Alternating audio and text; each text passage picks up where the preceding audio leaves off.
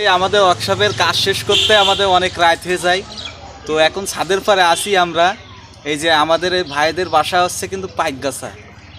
তো আসলে আজকে কিন্তু আমার ফ্যামিলিতেও কেউ বাসায় নাই। তো তারপরে আপ্যায়ন কিন্তু থেমে থাকবে না, আমরা পুরুষ মানুষ সব পারি। তো সেটা দেখাই যে আমরা সকালবেলা আমরা 3 ভাই মিলে বাসায় কি কি রান্না করেছি। ভাই কি কি রান্না করেছেন একটু বলেন। ভাই আলু দিয়ে রসুন দিয়ে খিচুড়ি, হ্যাঁ সাথে আছে মুরগির গোশ। হ্যাঁ, যদি কারোর দরকার হয় সকালবেলা খাওয়ার জন্য চলে আসে। তো আমি খাবারটা আসলে কেমন হয়েছে তো খাবারটার কাছে ক্যামেরা নিয়ে আমি দেখাচ্ছি।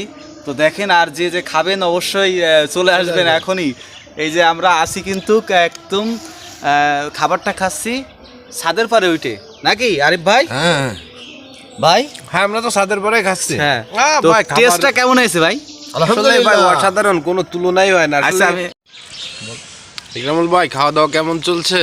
ভাই মাংসটা যা টেস্ট লাগতেছ না ভাই, ভুনা মাংস আচ্ছা। আর এই সকালবেলা খিচুড়ি, সারাদিনটা আসলে খুব ভালো কাটবে রে ভাই। আচ্ছা। এত সুন্দর যদি একটা খাবার খাই সকালবেলা, তো দিনটা সেই কেমন স্বাদ। কাটবে বোঝেন তো। আর মুরগি, আপনার কি অবস্থা? মুরগি, হ্যালো মুরগি, আপনাকে কিছু বলতেছিলাম মুরব্বি।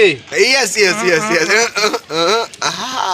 হ্যাপি খাওয়া দাওয়ার কি অবস্থা মুরব্বি? হ্যাঁ, সেই স্বাদ সেই স্বাদ। খিচুড়ি সম্পর্কে কিছু একটা বর্ণনা দেন আপনি। এই যে বাবুর্চি ইনামুল হক, ও আচ্ছা আচ্ছা রান্নাও সেই রকম। আচ্ছা, কোনো মহিলা মানুষের সোয়া নেই। ছোঁয়া নাই, আচ্ছা আচ্ছা পুরোটাই পুরুষ।